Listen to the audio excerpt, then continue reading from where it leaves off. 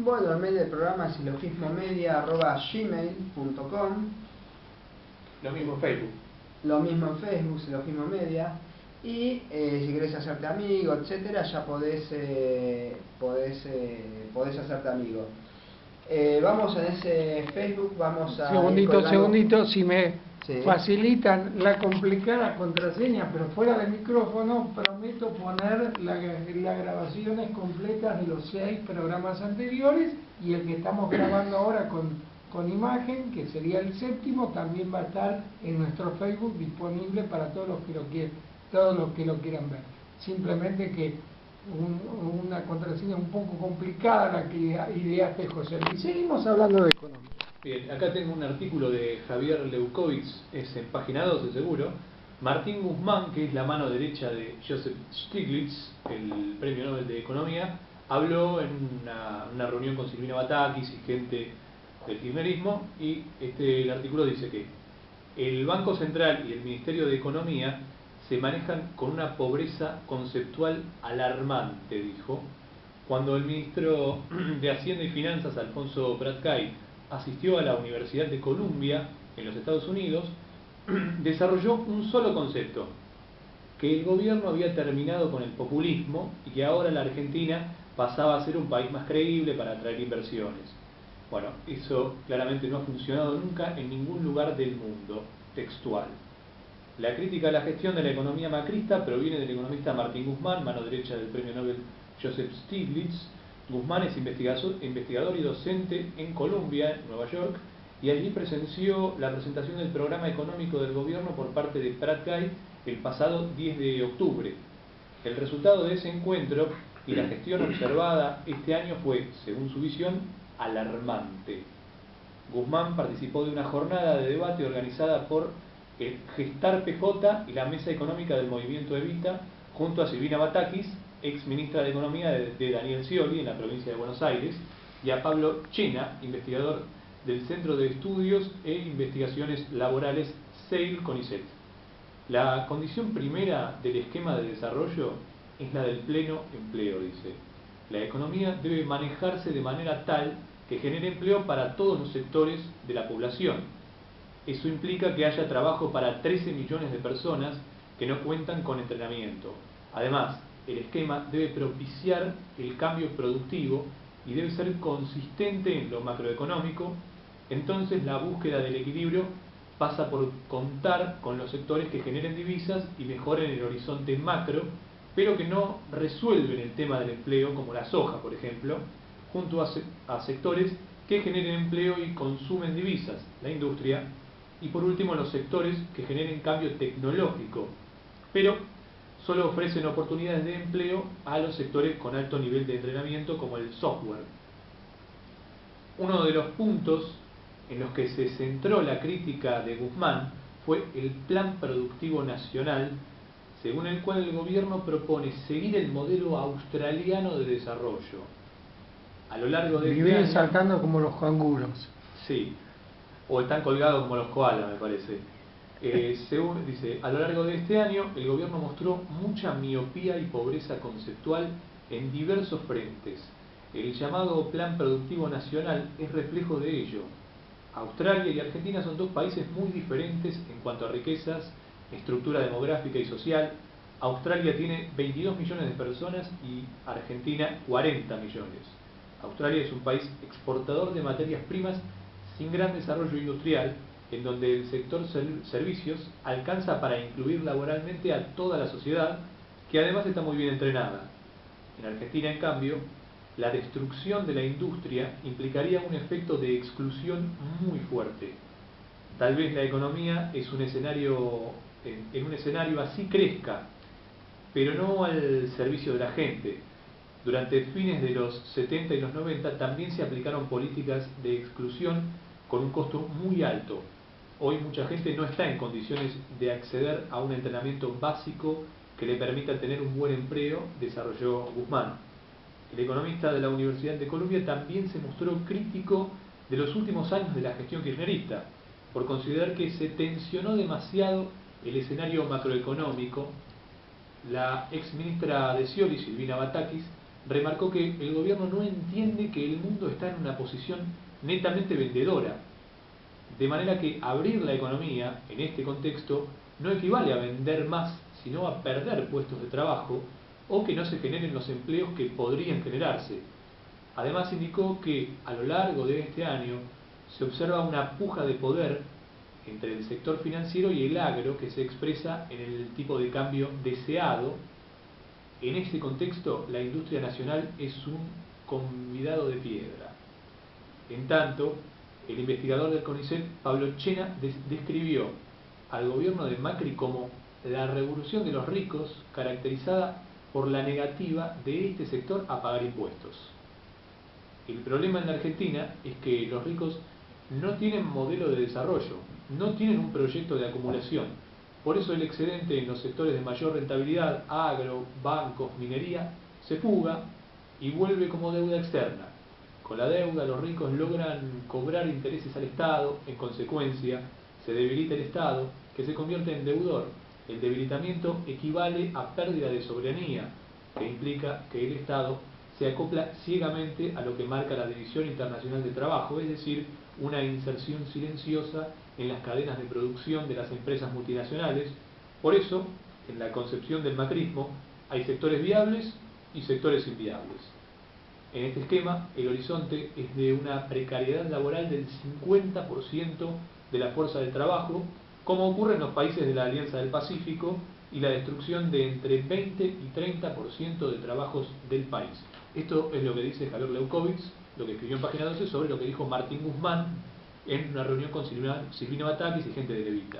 Yo empezaría diciendo que las cifras que tienen que ver con el desempleo son indudablemente la mejor expresión de lo que significa la política económica y social del macrismo. El desempleo aumentó el 50%, estaba en 5 puntos y algo más al final del gobierno de Cristina y saltó a 10% ahora con perspectivas de que aumente fuertemente. Y la precarización del 50% de la fuerza de trabajo no es como diría Bush, un efecto colateral, es el objetivo buscado por la política económica y social del macrismo, precarizar a los trabajadores, como dijo Macri antes de ser candidato a la presidencia. El salario es un costo y los costos hay que bajarlos. Entonces está muy claro que en lo que podríamos llamar Macrinomics hay ganadores, los grandes grupos económicos, los grandes bancos, los grandes exportadores agropecuarios, y perdedores que la mayor parte de la población, los trabajadores, la clase media que vive de una pequeña empresa, de un pequeño comercio, los inclusive sectores de las economías regionales que no entran dentro del festín de los grandes grupos económicos. Esto habla indudablemente de que la mayor parte de la población sufre las consecuencias de la política económica macrista. Para que te des una idea, cuando hablamos de que el campo le está yendo bien a la soja, al maíz y al trigo, y a los latifundistas que alquilan los campos para que otro venga y produzca soja, maíz y trigo.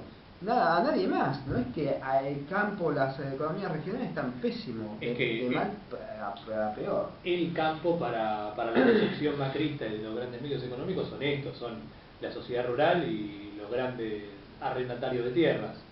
No es más que eso. El resto no existe. Ahora, lo que yo me pregunto es qué tan políticamente viable va a ser este modelo económico, donde los ricos básicamente es una fiesta. La famosa fiesta de la que tanto hablan es lo que están haciendo ellos. Este modelo no cierra sin represión, esto ya está claro. Pasa que va a empezar la semana que mañana, la semana que viene, el mes que viene, el año que viene, el lustro que viene. Va a empezar cuando haya respuesta, cuando haya algún tipo de respuesta de cara a los ajustados. Como dice Carlos Heller siempre, el único límite al ajuste es la resistencia de los ajustados. Exactamente, ajuste tras ajuste, la economía nunca ajusta y el ajuste dura lo que dura la paciencia de la gente. Yo lo veo muy mal. Hay mucha gente que está hablando y diciendo que esto es igual que de la Rúa, que en la época de la Rúa, mucha gente está diciendo que esto se va, que esto explota. Hay zonas en el conurbano que no tienen gas, pero tienen energía eléctrica y son electrodependientes, usan electricidad para todo. Y el año que viene se viene otro tarifazo. Exactamente. No es que viene otro tarifazo, va a ser el tarifazo perpetuo del gobierno de Macri. El único límite es la resistencia popular que pudiera venir. Yo quería hacer otra reflexión en relación a lo que leyó Leandro de referencias de los participantes en ese seminario.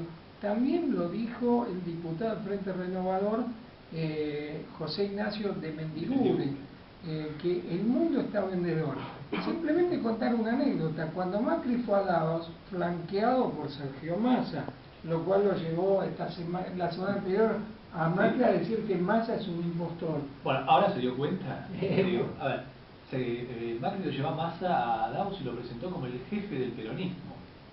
En ese momento en ese momento eran re amiguis, ahora ya no tanto. Bueno, pero lo que yo quería yo creo que lo siguen siendo, en realidad. Es la pelea. Massa es claramente el recambio desde el peronismo de derecha a lo que va a ser sin duda el derrumbe de Macri. No sé si va a ser el año que viene, antes del 2019 o después en las elecciones del 2019, pero esta gestión no arranca. Es una colección de promesas incumplidas, y quería cerrar la anécdota con la referencia de cuando lo llevó a Massa Davos, los invitados que estaban políticos y economistas y hombres de negocios no podían creer qué salame era ese que le estaba hablando de abrir el mercado argentino a las importaciones, cuando todo el mundo está protegiendo sus espacios económicos. Este salame venía a decir que venía a regalarse al mundo.